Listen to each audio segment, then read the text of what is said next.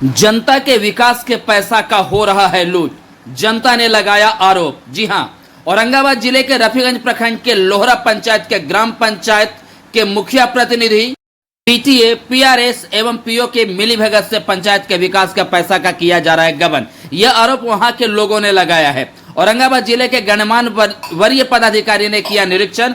PRS के पति के द्वारा धरातल पर आए हुए प्रेस रिपोर्टर को धमकी देते हुए यह कहा गया कि जो चलाना है चला लीजिए, जो लिखना है लिखिए, हमें कोई फर्क नहीं पड़ता।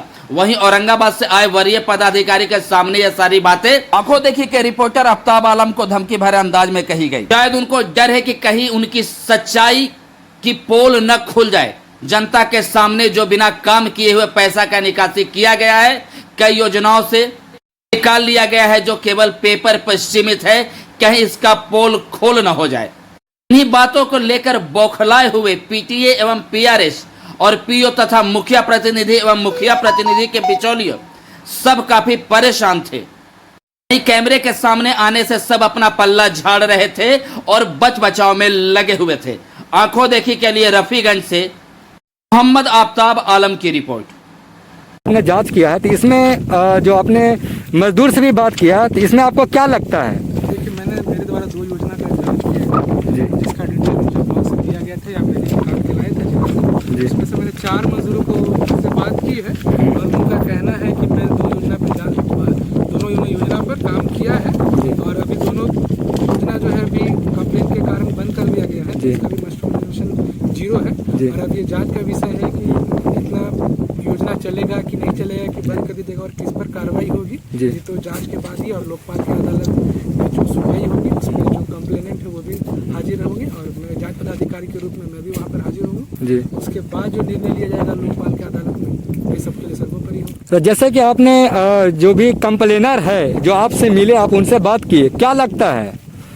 मेरे हिसाब से या हमको जहाँ तक लगता है कि आने वाले समय में हम लोग एक टेबल पे बैठेंगे तो गुंजाइश है कि सब लोग संतुष्ट हो और इस पंचायत का आगे चल कर के विकास हो और जो भी काम रुका हुआ है आने वाले समय में वो काम पूरा हो और गांव का विकास हो। तो जैसा कि आपने जब धरास्थल पर आपने आके चेक किया तो आपको क्या लगा, क्या क्या कमियां दिखी आपको? धरास्थल पर आने में कमियां स्पेसिफिक बताना तो मुश्किल है, क्योंकि देखिए बताया उस समय जाता है जैसे कि मान लीजिए 1 लाख का योजना है और 1 लाख रुपए निकासी हो गया है, तो जो भी क्राइटेरिया है फुलफिल कर रहा है कि नहीं, उसके बाद फिर पता चलता है कि काम जितना पैसा निकासी हो उतना का हुआ है कि उससे कम हुआ है। अगर उससे कम होता है तो रिकवरी किया जाता है, लेकिन इसमें क्योंकि मास्टर जनरेशन 0 है, पेमेंट हुआ नहीं है, तो इस पर इस स्थिति में बताना नामुमकिन हो जाता है कि 3 फीट कटेगा कि 6 फीट कटेगा कि 1 फीट कटेगा।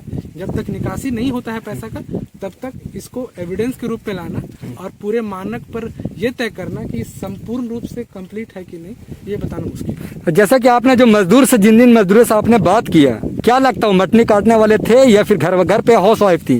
ये डिसाइड करने वाले ना हम होते हैं ना वो होते हैं। जो मजदूर जिनका जॉब कार्ड बना हुआ है, अगर वो एक्सेप्ट करते हैं कि हाँ हम मजदूरी करते हैं तो वो तो हमको मानना पड़ेगा, क्योंकि हम जब साइट पर जाएंगे जब तक वो मजदूर हमको वहाँ पर काम करते हुए ना मिल जाए तब तक ना हम वेरीफाई कर सकते हैं ना कोई वेरीफाई कर सकता है कि वो मजदूर सही में काम करने वाले हैं, कि हाउसवाइफ है, कि हाउस मेकर है।